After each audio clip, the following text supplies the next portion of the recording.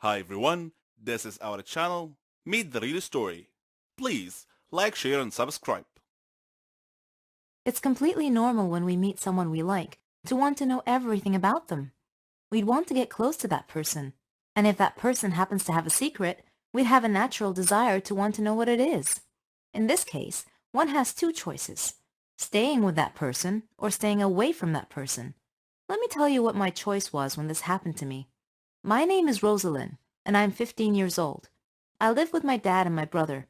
Mom passed away and my brother was small, and I ended up caring for all his needs.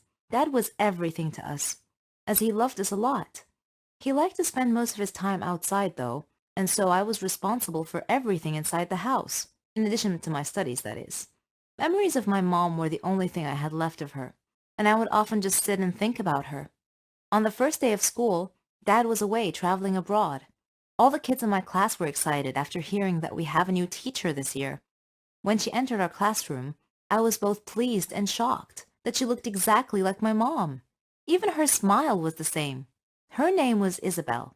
I just adored her looks, her charismatic manner, and her charming voice. But I wasn't the only one who was charmed by her. All my friends liked her as well.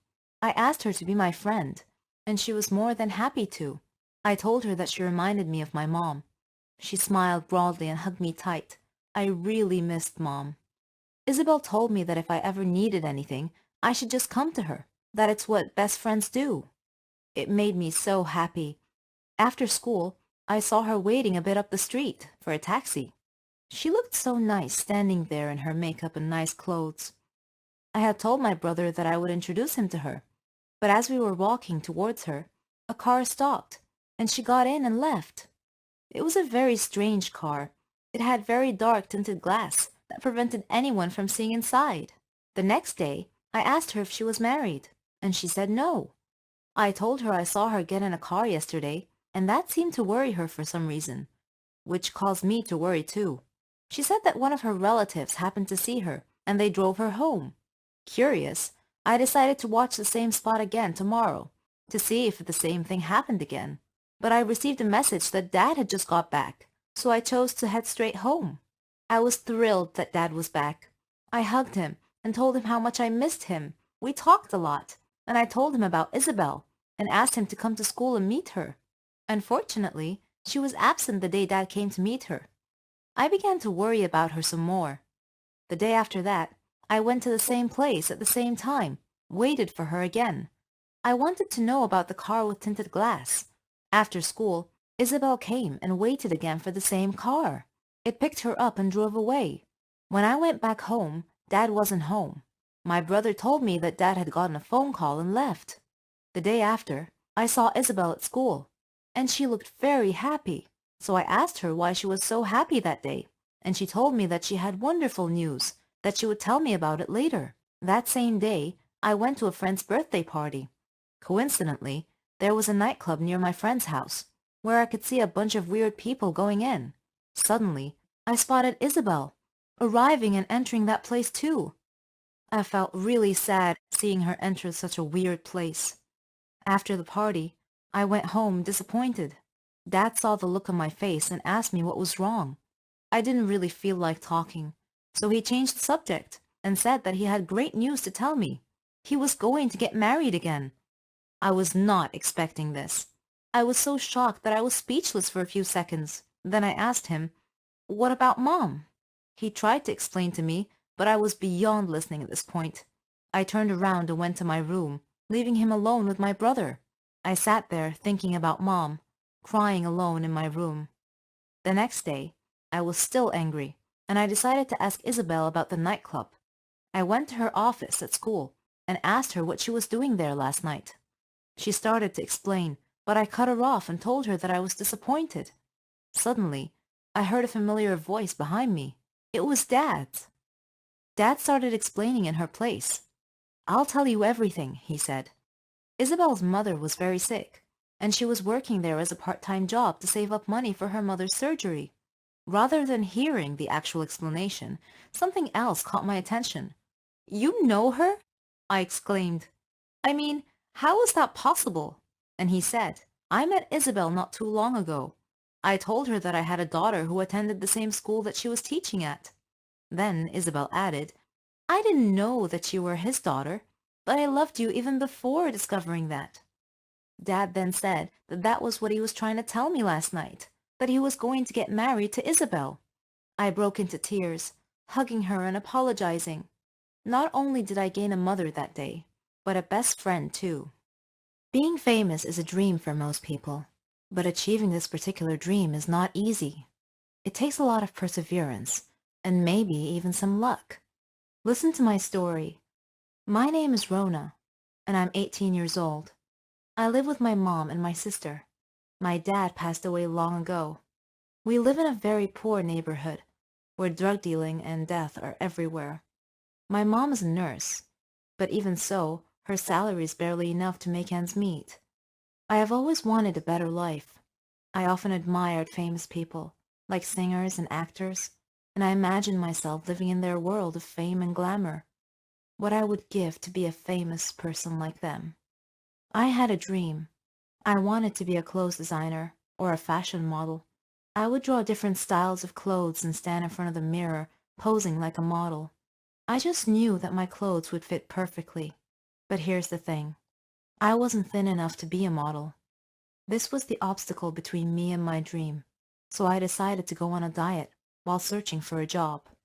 One day, I read the news about some famous clothes designer and learned that a fashion show was going to be held near my area soon. Within a week, they would be holding an audition to select some local models, so I saw an opportunity to enter the competition, get selected as a model, and make my dream come true. I did everything I could to lose weight. When the audition day came, I tried to get in the fashion show, but the security guards wouldn't let me pass because I looked too ordinary. So I went home, dressed up like a princess, and then returned, looking more important. I was allowed in.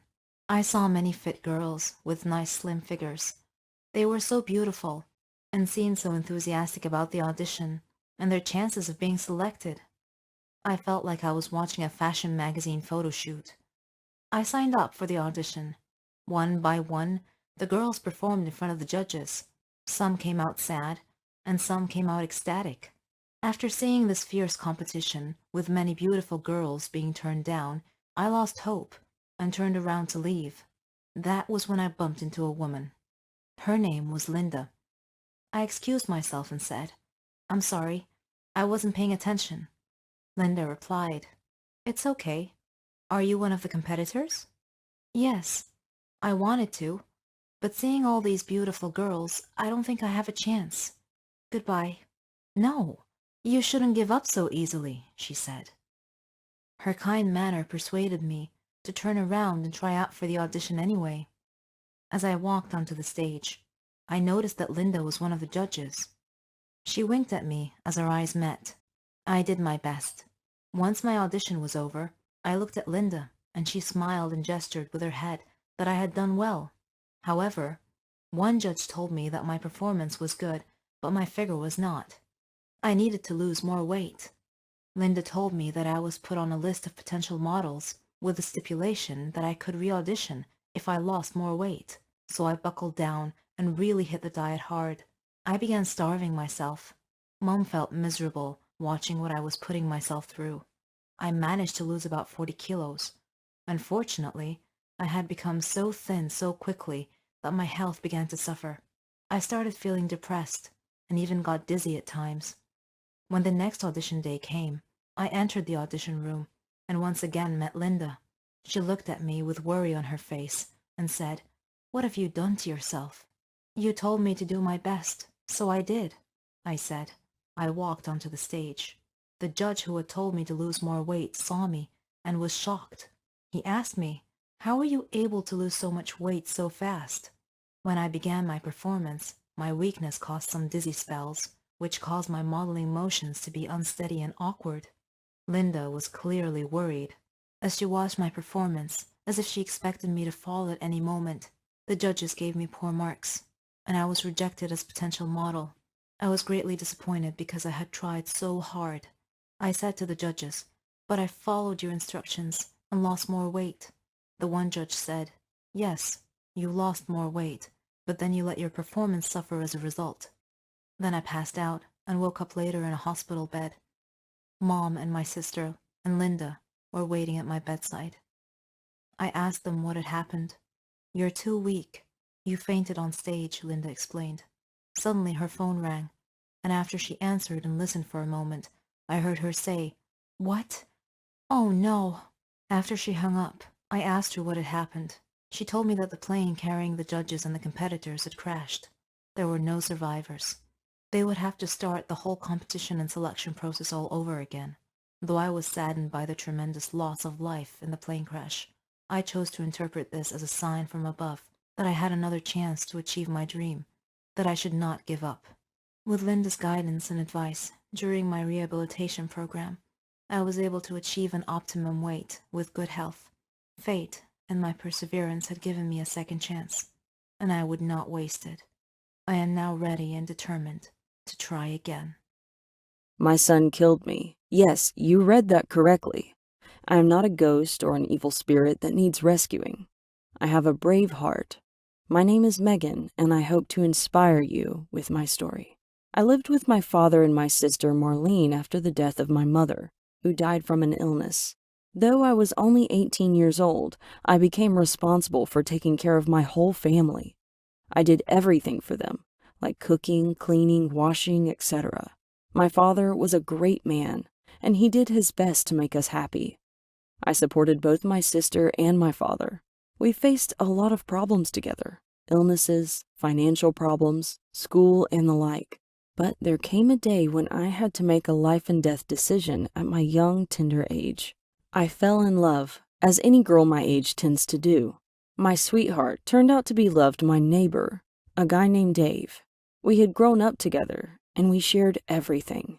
Love, sadness, jokes. Our dreams had evolved as we grew up too, so we decided to marry.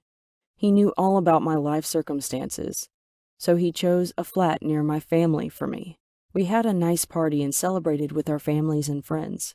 Every day, he proved himself to be a responsible man. He loved and respected me, and I him. Finishing my studies was one of my dreams, and Dave supported me in every way to achieve it. But my biggest dream was to have a baby. But sometimes life just isn't fair. One day, while cleaning the house, my heart began beating rapidly, and I couldn't breathe well. I was barely able to call out to Dave, who came immediately when he heard me cry for help. I had had this symptom before when I was younger, but I never told my father because I didn't want to worry him. Dave took me to the hospital, where a doctor said I had a serious heart condition. And not only that, I was pregnant too. Pregnancy and a heart condition do not a good combination make. So we had to choose between the baby's life or mine. My father and Dave asked me to abort the baby. Though they tried hard to persuade me, I resolutely refused. I agonized a lot during my pregnancy. My father and Dave were so worried for my safety. My father and Marlene left their flat to live with me. In addition, Dave cut back on his working hours to stay with me. The day came when I went into labor. They took me to the hospital, where the doctor checked me over and pronounced that my condition was so serious that I wouldn't be able to survive the childbirth. My family and I were shocked. I held Dave's hand and told him that I was strong enough to survive this. Dave hugged me, crying tears like a river. I was so afraid, but I did my best to hide that fact. I looked to my protruding belly and said to my baby, "I want you to know that I sacrificed myself for you. You had better grow up to be a great young man. I love you." Then the baby started pushing its way into this world. The scene fades to blackness. The baby is born. Suddenly, a year later, a birthday party is being held. The baby is now 1 year old. A woman is singing with the baby and her family. The woman looks at you and winks. Megan says, "Haha, fooled you.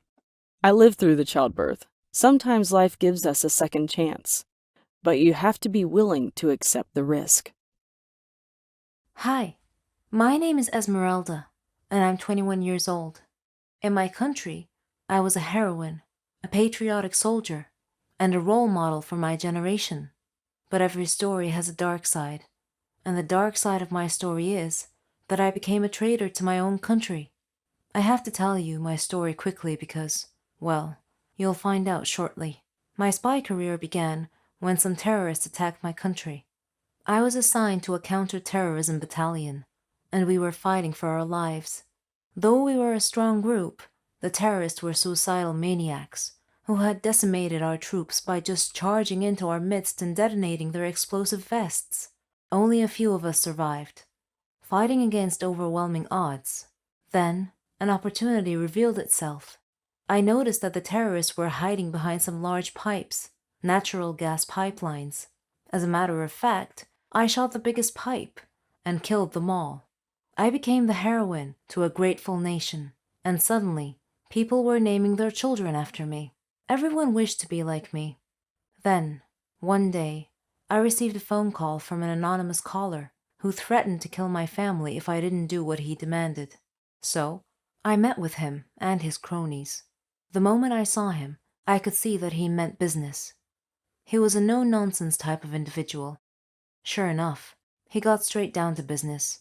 He wanted me to tell them all our military secrets, weapons, plans, base, and camp locations, everything. If I didn't agree, they threatened to kill everyone in my family, starting with my father, who lived in another city. He said he was recording our meeting, said that if I betrayed this group, they would send the recording to my leaders. I submitted to their demands because I couldn't bear to cause my family harm.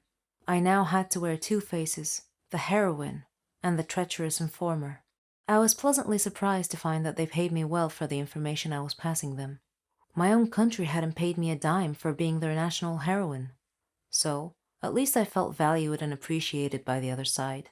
The utility of the information I was supplying them became evident as I watched news reports of new successful terrorist attacks on our country, military bases, camps, and armories. Naturally, our top brass knew that there must be a traitor in their midst, but they had no suspects because I was being very careful. Then, one day, as I was meeting with my terrorist contact to pass on some more information, our soldiers burst into the room and took the terrorists into custody. It turns out that my side had suspected me and had followed me there. The officer told me that I was the last person he would have ever suspected of being a traitor. I offered my hands to him to be handcuffed and taken in. I figured at least 10 years in prison, but he made no move to handcuff me. Instead, he just looked at one of his lieutenants, who then pulled out his gun, pulled back its slide, and chambered a round. It seemed that my sentence was to be executed, right here, right now. I confess that I love money and fame. People envy me for it, or they did. I've been a prima donna since the day I was born. All girls dreamt of being me. My father helped my brother and I achieve all our dreams. But there was one fly in the ointment, and this is my story. My name is Amelia. I'm 17 years old. My father's a businessman. My mother came from a rich family, so we were quite wealthy, rolling in dough, one might say. My brother Arthur was handsome, older than me. He went to flight school. We lived a good life without a care in the world. We had everything: cell phones, clothes, cars, servants, opportunities to travel the globe. We wanted for nothing. The most important thing was our happiness. And so my story starts at the villa where I lived with my family. My father employed many servants to attend to our every need. Martha was our head servant. She was in her 40s, funny, smart. Arthur and I loved her. Oddly, we didn't view her as a servant because she took such good care of us. Mother didn't seem to like her for some reason and was always mistreating her. Father, however, adored Martha. Once I left my iPod in the garden and I was going to get it. On my way to the garden, I passed by Father's office, so I decided to go and talk to him. He was at his desk, and Martha was standing next to him, crying. I figured it was because Mother had mistreated her again. Father saw me standing there and he asked me why I was still awake, and I told him about my iPod. I didn't think much of it at the time. As time passed, Mother and Martha's disputes became more frequent every day. Father wasn't home a lot, but whenever he came home, he would always ask about Martha first. One time, when this happened, I noticed that Mother glared at Father. I couldn't understand why. Father was often away traveling for long periods of time. One of those times, I noticed that Martha was always tired because Mother was making her work very hard. Mother never let her relax. One day, after midnight, I went to Martha's room to check on her, and I was shocked to see that she looked different than I remembered. I asked if she was pregnant, and she said that she was, but that I shouldn't tell anyone, otherwise she'd get fired. I didn't understand why my parents would fire her for being pregnant. A few days later, we received some really horrible news. Father's plane had crashed, and there were no survivors. We were stunned. All of us were crying, but Martha was crying especially hard. Suddenly, Martha fainted, and we took her to the hospital. Our life had changed overnight.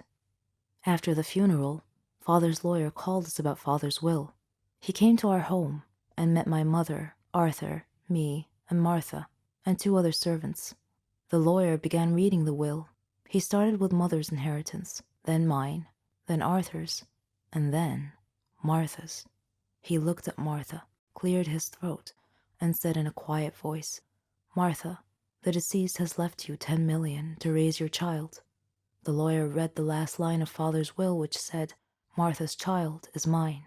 We all gasped, but Mother suddenly lost it. Enraged, she attacked Martha as the lawyer pulled Mother away from her.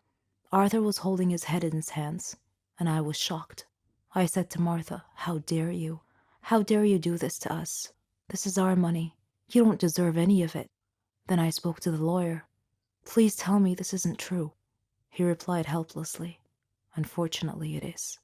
Arthur was glaring at Martha, and he said coldly, "Martha, you are going to die." Martha looked very frightened upon hearing this.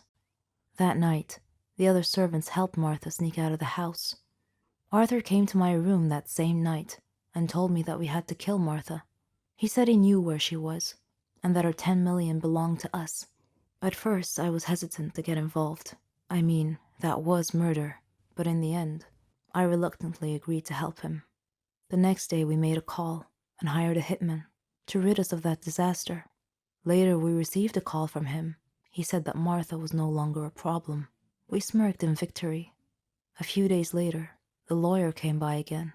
Before he could tell us why he came, we beheld a miracle. Our recently said to be deceased father was walking behind him with a servant holding a child. Arthur and I stared at him in disbelief and shock. Then we looked at each other. Arthur's face had gone pale white as all the blood drained from his face. Father was livid and said to us in an accusing manner, "The moment you thought I was dead and that I left an inheritance for Martha, you immediately arranged to have her killed. I suspected you'd try something like this. It was pure luck that I got back when I did. I missed my flight that day, otherwise I would have been dead now. So fortunately I came back early enough for Martha to call me and tell me about your death threat. When I arrived at Martha's place, she was already dead, but I called 911, and they were able to save the child. Then I immediately called my lawyer to revise my will, to leave half of my inheritance to this child. I felt like I was in an endless nightmare. The police arrived and told us that the hired killer had been arrested and had confessed and told the police that Arthur and I were the ones who hired him to kill Martha. As the policeman was handcuffing us to take us away, I thought about the irony, how Martha was dead, how her newborn baby had survived and was now the richest child in the country, how Arthur and I were going to jail, and how one small fly in the ointment had caused our ultimate fall from grace.